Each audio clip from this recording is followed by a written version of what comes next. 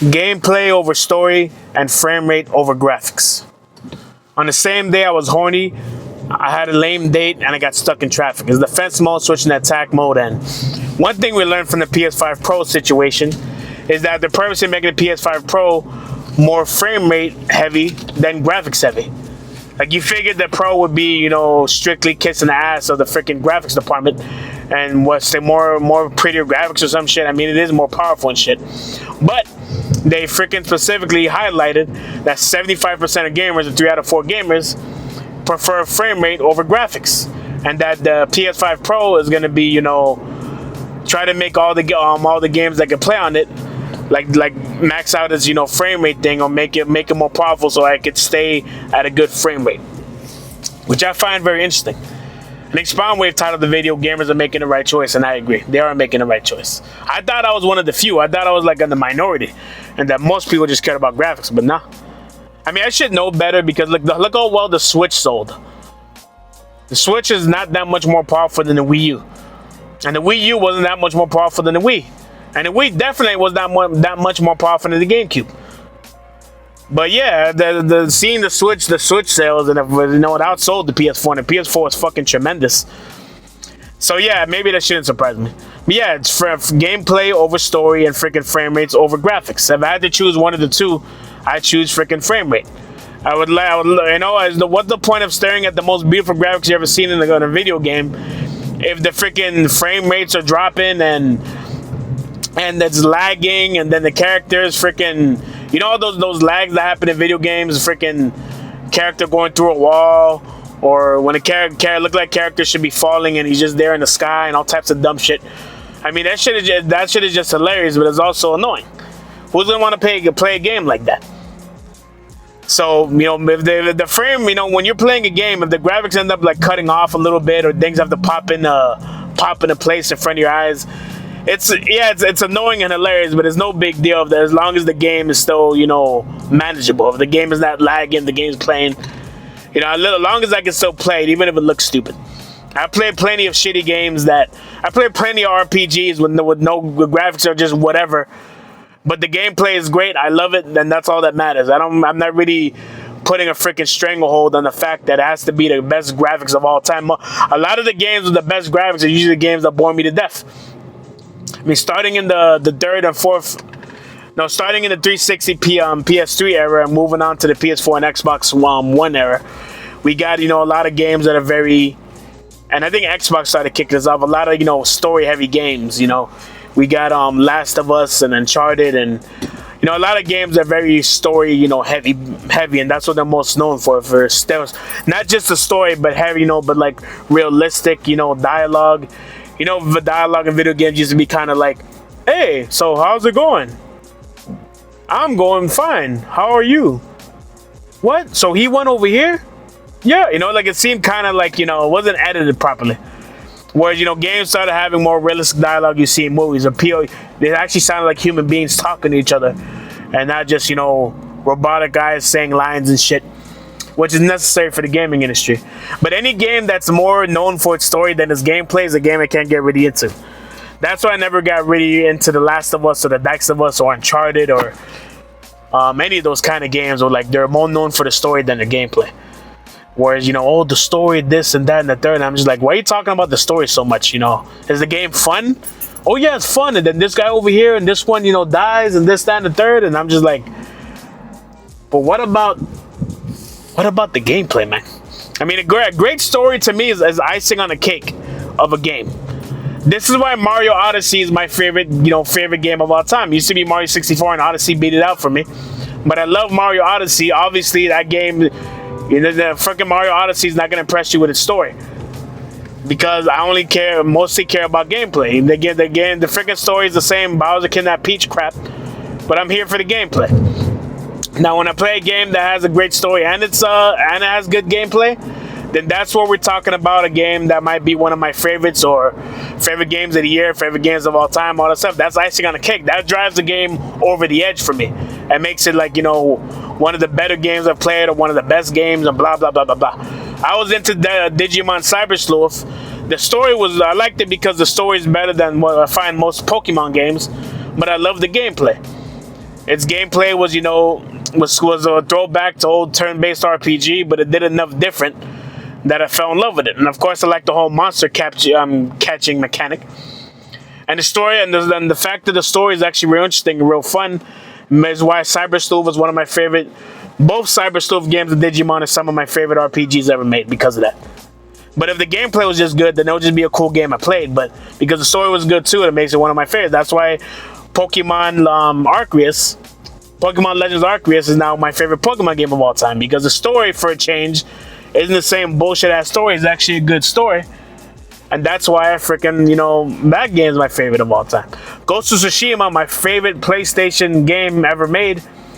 It used to be God of War, the first one, but freaking Ghost of Tsushima beat it out for me.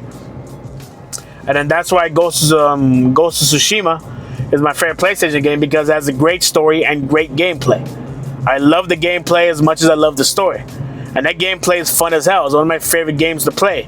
From the sword fights, and the freaking being able to shoot darts and poison and confusion darts at people, watch them kill each other and all that shit. The gameplay is tremendous, and then the story is great too, and then that's what makes it my favorite game. But like I said, the gameplay is what matters the most. Mario Odyssey is my favorite of all game now, and that story is none to freaking write home about. But the gameplay is so much freaking fun. But that's all that matters when you're playing a video game. Are you having fun? I guess you can have fun by playing a game with a great story as well. But if the gameplay is just, hey, survival, and then I have a gun, and then I shoot this person, it's cool and all, but the game has to be fun. If the story is great and the gameplay is meh, then to me the game is just meh. But if the gameplay is, good, and then the story is good, then hey, the game is pretty good, almost great. And if the gameplay is great and the story is good, then the game was great. That could be one of my favorites. And what's another game? Xenoblade. Xenoblade is one of my favorite RPG franchises, but the one problem I always had with Xenoblade was the gameplay was always meh. Every time people talk about Xenoblade, they always talk about the story and the this, that, and the third. They don't really talk about the gameplay as much because the gameplay is meh. The funniest thing you do in the gameplay of Xenoblade is the whole chain attack. That's the funnest part of the whole thing.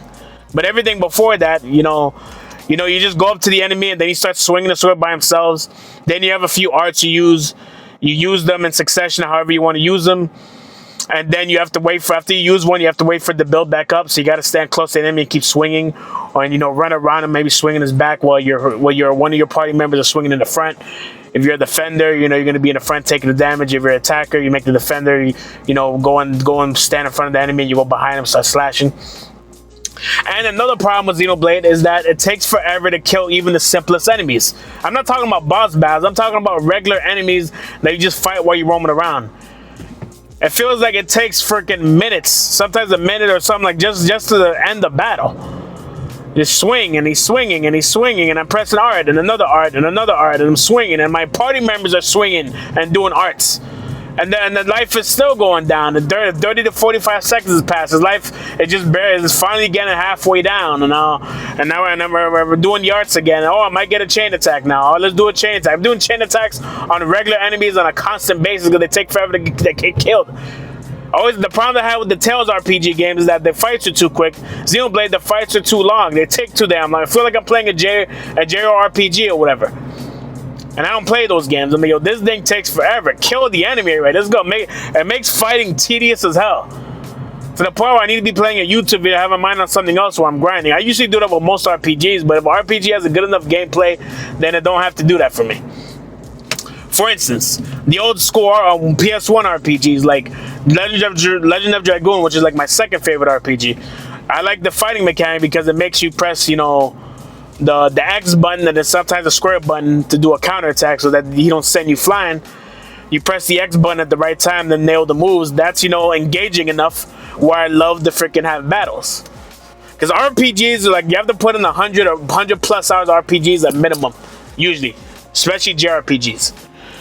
And for the love of God, while you're doing all that freaking grinding and all that shit, if you're going to be grinding all the time and playing 100 hours into a game, yeah, the story has to be good, to keep you going, but the gameplay has to be good. I don't give a shit how great this is the supposed story is. The game, if the RPG is just boring as hell, you're not gonna be able to freaking go through it. You're gonna be bored. And Xenoblade can really bore me. I beat Xenoblade 1 and Xenoblade 2, so don't think I'm just Xenoblade hating. And I got Xenoblade 3 that now that I'm getting into video games again, once I beat a few of my PS5 games, I'm going straight to the Switch, and that's the first game I'm going to knock out. I'm going to knock out freaking Xenoblade Chronicles 3 and make it that I have all 3 games beaten. And Xenoblade Chronicles 3, to its credit, their battle system gets better with every game. Part 3 has the best gameplay mechanic. It still takes forever to kill the simplest of enemies. But like at least you could do the whole, 2 of your party members, male and female, transform into one of the big giant creature things. I forgot the name of it. And and that kind of at least makes it a little bit more fun. But for the most part, the gameplay is still kind of like sluggish. And freaking Ghost of Tsushima, like I said before, great gameplay, great gameplay, great story. And I'm just glad that we're now moving in a direction where we're focusing more on frame rate, where gameplay seems to matter more. Because not only does that mean that future systems are now going to go around the fact of smoother gameplay and frame rates compared to just graphics. You love the graphics so much, go buy yourself a $1,000-something PC and go build it if you're a fucking one of those people, and just build that shit or whatever. But for the rest of us who actually just wanted the shit pre-built and given us, we want to focus on gameplay. We buy the Switch and we play the Switch because we like the gameplay. We're not obsessing over graphics. If a game is graphically beautiful, Astro Bot was very graphically beautiful, it's a plus. But it's not the main course. It's the side dish, is not the main course. The main course is gameplay. If your story is great but your gameplay puts me to sleep, or is not engaging, or it's the typical gameplay you can play on any other game, then the shit isn't fun to me. I know Ghost of Tsushima, I think, borrowed a lot from Assassin's Creed and a lot of other stuff, but the gameplay for me when I played it was engaging enough, and then the story just drew it over the top for me. But I'm at least maybe now gaming companies, and again, not only the ones that make games, but the one that make the consoles now, and maybe even in the future the streaming services, focusing on freaking gameplay. That's what matters the most. Not these freaking graphical freaking marvels and shit that you can look at, but then the gameplay is shit. And all they're focusing on is the boring ass freaking graphics.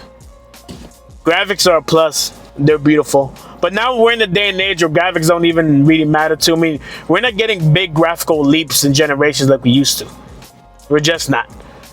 We're at the point now, I think, where games are starting to look as good as they're ever going to look. I mean, what else can we really do to make it look even better than it does now? Games already look like Pixar movies. Platforming games look like they come out of a Pixar movie. I'm not saying we reached the limit, but it's like the graphical leaps and jump, you're barely going to notice it. So is the game fun? Can it get played? Is it good? My favorite games are games that have fun gameplay. My favorite RPG, The Last Story, has great gameplay. That's why it's my favorite RPG, because the great gameplay is top notch. The story, a lot of people say the story is kind of meh. I do like the story. I like the story of Mercenaries and Knights or whatever, but you know what? That gameplay to me is the funnest in any RPG I've ever played, and that's why that drives it over the edge for me. You don't have to have a great game, great story for me to be my favorite game, but you do have to have great gameplay. And that's about it. This is attack mode, is back to defense mode, and I'm out. Peace.